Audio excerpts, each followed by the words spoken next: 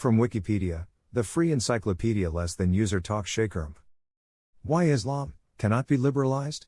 From the earliest time of Islam, even during the period of the Prophet Mohammed, PBUH, attempts had started being made, by various groups such as Jews, Christians, and Pagans, to change/reshape Islam. God, therefore, guided Prophet Mohammed, PBUH, to guard against the temptations of such offers. Saying, they wish that you would soften, in your position, so they would soften, in return, their position toward you, and do not obey every worthless habitual swearer, and scorner, going about with malicious gossip, a preventer of good, transgressing and sinful, cruel, and an illegitimate pretender. Surah Al Qalam 68, v9-13. God also guided the Prophet, PBUH, saying, O Prophet, strive against the disbelievers and the hypocrites and be harsh upon them. And their refuge is hell, and wretched is the destination. Qur'an 66:98. Many of the people of the scripture, including liberals and reformists, wish they could turn you back to disbelief after you have believed, out of envy on their own account, even after the truth has become clear to them. So pardon and overlook until Allah delivers His command. Indeed, Allah is over all things competent. Quran 2-109. On the other hand, God took upon Himself to protect the main source of injunctions, the Holy Quran, declaring indeed, it is we who sent down the Quran and indeed, we will be its guardian. Quran 15-9. And warned, interpolator, reformists, saying, God revealed the book, Quran, with the truth, and those who disagree about the book, its essence or injunctions, are far out in the schism. Quran 2-176. Consequently, every single word, every single consonant, every single vowel has remained intact till this day and will remain so until the end of the world. Currently, there are lots of so-called reformists, Muslim and non-Muslim alike, keen to reform Islam to suit their Westphalic whims and liberal values. They perhaps liken its intended reformation to the Reformation movement in Christianity. Such reformers normally are bereft of the knowledge of Islam, and even if they have some, it is scanty and facile. They, however, sure have the fervor and zealotry of an extremist, defined by a great American political theorist Michael Waltz. An interesting characteristic of these so-called reformers is that they want to swim along the propaganda-inflicted liberal mindset, by distorting Islam to conform to its modern liberal values. In Quran, it is stated that when it is said to them, reformers, do not cause corruption on the earth, they say, we are but Muslim reformers. Unquestionably, it is they who are the corruptors, but they perceive it not. 2:11-12. This genre of reformist may also be traced in the cross-pollination of Martin Luther King and Rousseau. God issued an absolute command not to accept the offer of the Jews and Christians, with their corrupted/abrogated ideas, which, by implication, also applies to so-called reformers, liberals, and modernists, in the following words. Never will the Jews or the Christians be satisfied with you unless you follow their form of religion. Guidance of Allah is the only guidance. Were you to follow their desires after the knowledge which has reached you, then would you find neither protector nor helper against Allah. Quran 2-120. Here is yet another verse in Quran which forbids Muslims from wavering or taking an impermissible liberty in any field of life. Those who believe, enter Islam completely, do not toe the lines of the Satan, who is your clear enemy. Q 2-208, supplemented by life of this world is attractive, enticing, to non-believers, who ridicule those who believe, but those who fear God following all commands without deviation, distortion will be successful, above disbelievers, in the hereafter. Q 2-212. After these absolute ordinances, no God-fearing, sensible Muslim would dare accept their attenuating ideas. Recent chronology of the efforts to liberalize Islam since the middle of the 19th century, due to the Protestant theological proliferation, a host of self-styled modernist, reformist, revivalist et al. Have sprouted in almost all Muslim-majority countries and in the Western countries, with some concentration of Muslims. They pretend to have understood the real Islam for the first time, adopting either an extremist or a liberal position, although both are untenable and in contravention of Islamic teachings of moderation. Sometimes they employ alien terms, to sound elitist and convincing, such as religion is a matter of heart, emotions, or, a borrowed term from William James, religious experience. These pretenders sometimes go as far as divesting Islam of its ritualistic performances, either absolutely or to a relegated level, consigning them to social exigencies or personal preferences, described as a personal matter between man and God, giving this deviation a flavor of Hobbesian individualism. It is heart-wrenching to know that Islam is being misconstrued and misrepresented in the West for a very long time, even by a leading publication such as Economist, London. In persuading the Muslim majority countries to look upon themselves as the easternmost part of the West, Economist argues that Islam also implies one-to-one relationship between believer and the God he believes in, a direct contact without an intermediary, and in this relationship, in which a single God speaks directly to the core of a single man, is the basis of individualism. The Protestant ethic is grounded on precisely the same concept. Economist published on May 17 to 23, 1975, page 80 special survey. Tertiary guidance system in Islam. The very concept of direct guidance, without an intermediary, in Islam is limited only to the first degree of guidance. It is for every creature regardless of faith or level of comprehension. It is, however, not available, in the case of the second degree, where the intermediation of a prophet and scripture is inevitable, for it is specific to the believers to be imbued with the religious knowledge.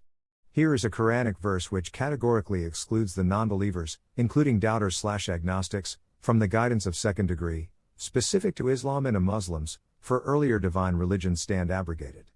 Whosoever believes in God, he guides his heart, Q 64:11, also Q 47:11, and Q 29:69. Third degree is reserved for the chosen ones, such as, to whom God has blessed, namely, the prophets, the truthful, the martyrs and the righteous, Q 4:69, further accentuated by not the way of those who have earned judgment, wrath, nor of those who have gone astray, Q 1-6 non-believers or apostates. Note, in the case of a gradual progress of some from second to third grade, an intermediation of second level may, however, be involved. Very select few, such as the prophets and the men of God, would become entitled to special guidance absolutely directly, example being the Prophet Mohammad, PBUH. For those interested in further details on the subject of guidance, here is the link, https://shakir2.wordpress.com/2016/10/03/ psychological dimension of Quran/. In Quran, an emphasis is placed on the word musle, which the reformers use to disguise their activities by using colorful phrases, as mentioned above, and the ideas of social amelioration. Allah sternly warns such people by declaring, "And Allah knows the one who makes mischief distinct from him who promotes good, and do you think you will be left alone, as it is? God knows what you do." Q 2-220, and 916, die-hard reformist, who persist in their Reformation agenda, mostly to appease their Western impulse of modernity or to emulate Western liberal values, while still claiming to their nostrum Islamic identity, are in fact discreetly challenging the will of God as was done by the people of the old.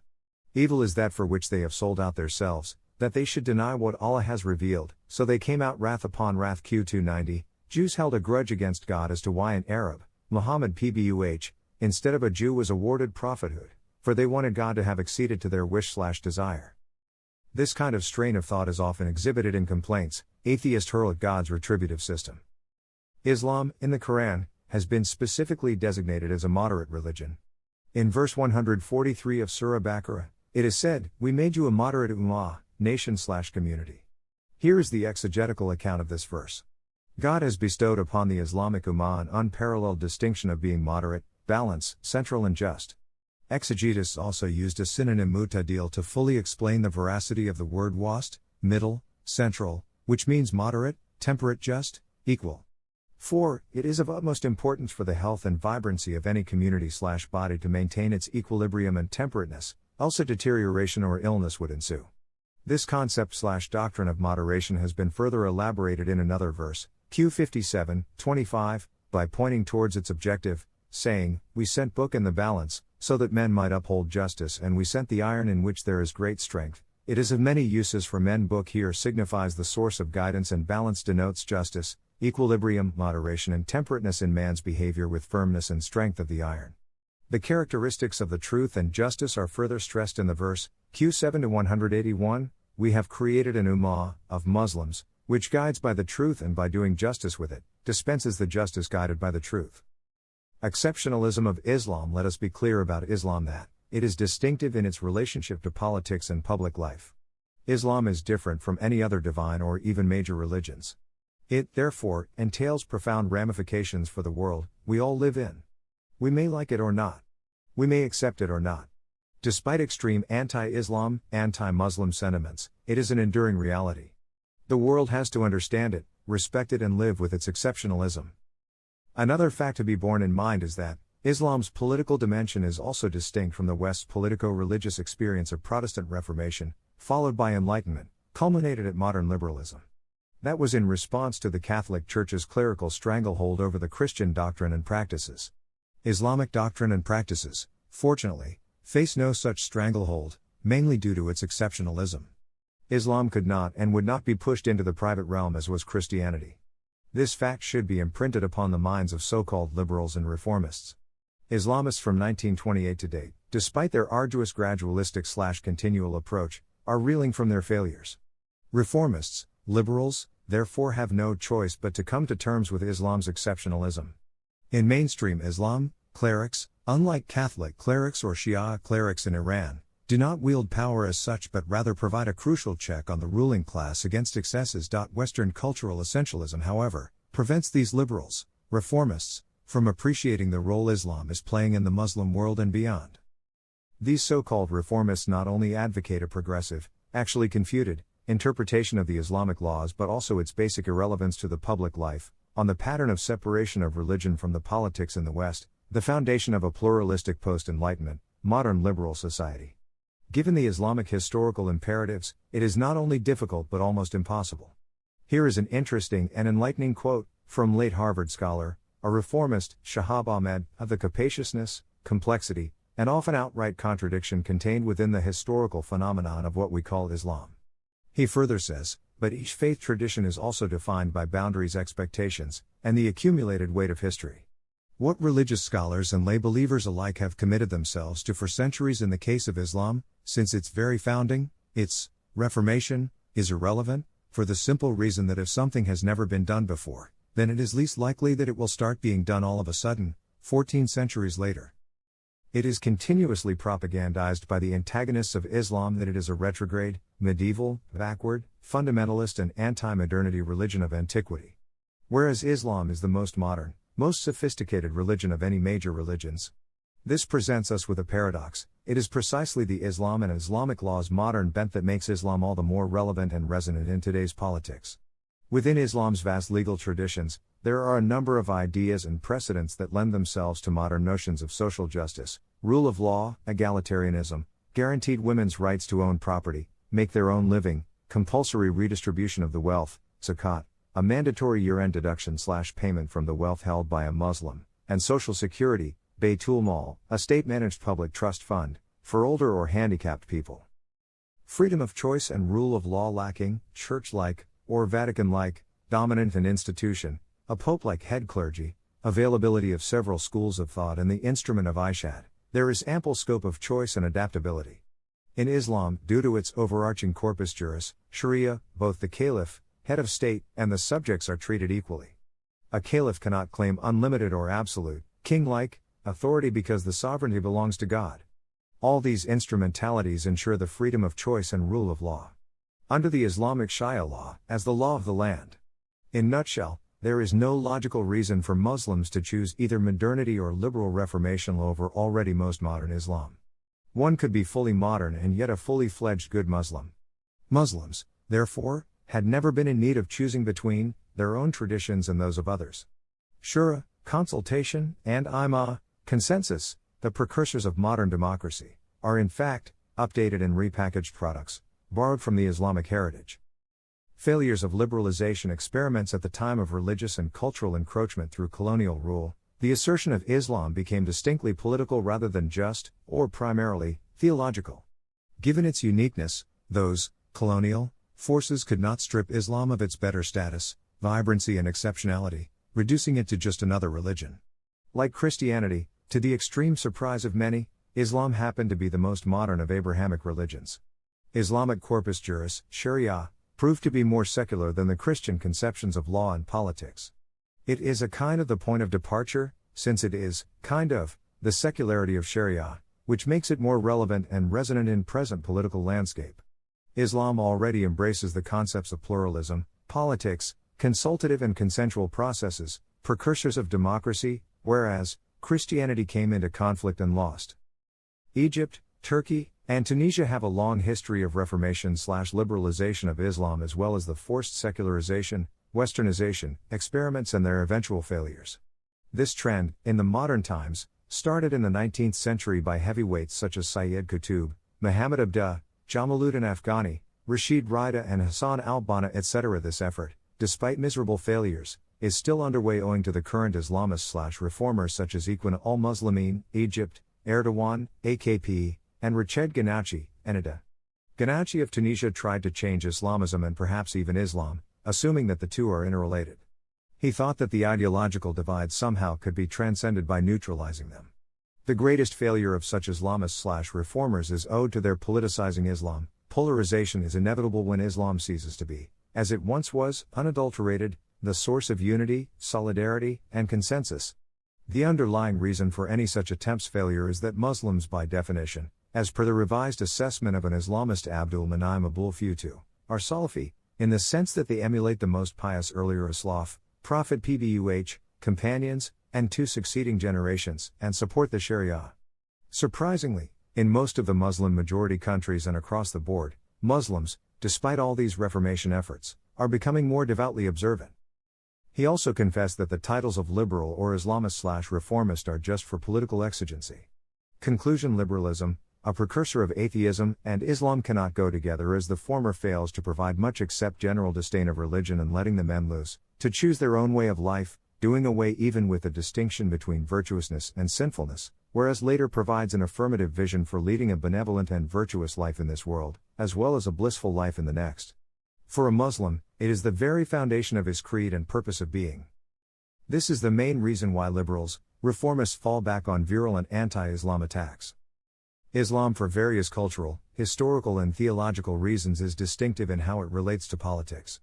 Often recurring themes in the West, such as Islam is the problem and Islam needs a reformation, are the result of liberals/reformists' unwillingness and inability to understand, as to how and why Islam, in its original form, matters to so many all around the world. It is simply a modus vivendi and raison d'etre for a Muslim. Nation State and Islam. Wael Halik, an Islamic law scholar, charges Islamists being obsessed with the modern state. U.S. foreign policy stalwarts such as Henry Kissinger and Dennis Ross charge them for being incompatible with the Westphalian order. It simply exposes the inherent weakness of the skewed thinking of Islamist/reformist. Nation State and Islam, despite their tenuousness, coexist anyway. Caliphate. The concept of caliphate, after the demise of Ottoman Empire in 1924, never died but rendered near impossible. The emergence of Islamic State, despite its unwarranted violent behavior, colossal failures and possible annihilation, has nevertheless resuscitated and strengthened the potential for a pan-Islamic caliphate on the Salafi model, opposite to Islamic State's extremist model. For the West, the only long-term solution, keeping up with its centuries-old traditions of inclusiveness and tolerance, is to let the Islam find its place in the Western societies on the model of consensual democracy in the Western Europe.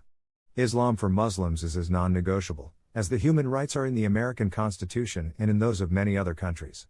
The operation of Sharia courts should be allowed on the pattern of canon law courts and Jewish law courts. West has to work around the ideological and foundational divides, which, most likely, will remain constant. Statistical facts, validating the inexorability of Islam. According to the Almanac Book of Facts, the population increased 137% within the past decade and the Christianity increased 46%, while Islam increased 235%. 100,000 people per year converting to Islam, only in America.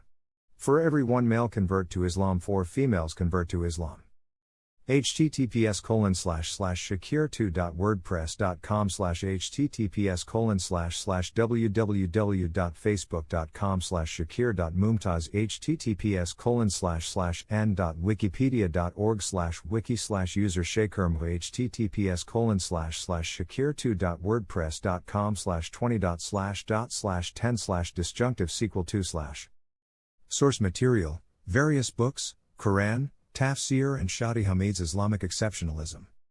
Much of the early Islamic history, not the religion, available today is based on the Hadith and is challenged for lack of basis in primary source material and contradictions based on secondary material available. History should not be confused with the actual Islam, primary source for which is the Holy Quran and only authentic Hadith as the secondary source. Italic text.